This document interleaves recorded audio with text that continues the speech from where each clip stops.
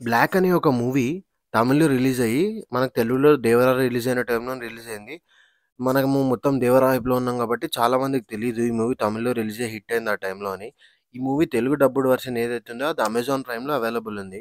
ఈ మూవీ గురించి నేను వెయిట్ చేస్తున్నా యాక్చువల్లీ తెలుగు వెర్షన్ గురించి. ఎందుకంటే మూవీ మైండ్ బెంగింగ్ ఉంది. బీ ప్లేస్‌లో డీ పెట్టుకోండి.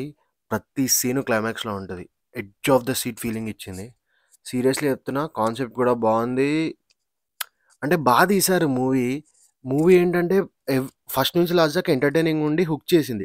స్టార్టింగ్ కొంచెం స్లోగా స్టార్ట్ అయినా ఎళ్ళే కొద్దీ లైక్ మన క్యూరియాసిటీ పెంచి ఇంట్రెస్ట్ జనరేట్ చేస్తది చూడు. Like we are gonna witness something ఆ ఫీలింగ్ ఉండి, మళ్ళీ అయిపోయింది అనుకున్నప్పుడు క్లైమాక్స్ అయిపోయింది ఇంకా అనుకున్నప్పుడు ఇంకో సీన్ వస్తది. అది ఇంకా క్రేజీ ఉంది. క్లైమాక్స్‌కే క్లైమాక్స్. క్రేజీ అంటే క్రేజీ తీశారు movie.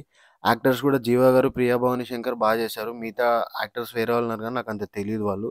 Music director 'Sam CS' గారు కూడా క్రేజీ అంటే క్రేజీ బీజీఎం ఇచ్చారు. టైమ్ లూప్ అనే కాన్సెప్ట్ ఏదైతే తీసుకున్నారో అది బాగా అంటే బాగా ఎగ్జిక్యూట్ చేశారు. యాక్చువల్లీ బడ్జెట్ తక్కువైనా కంటెంట్ బావుంది.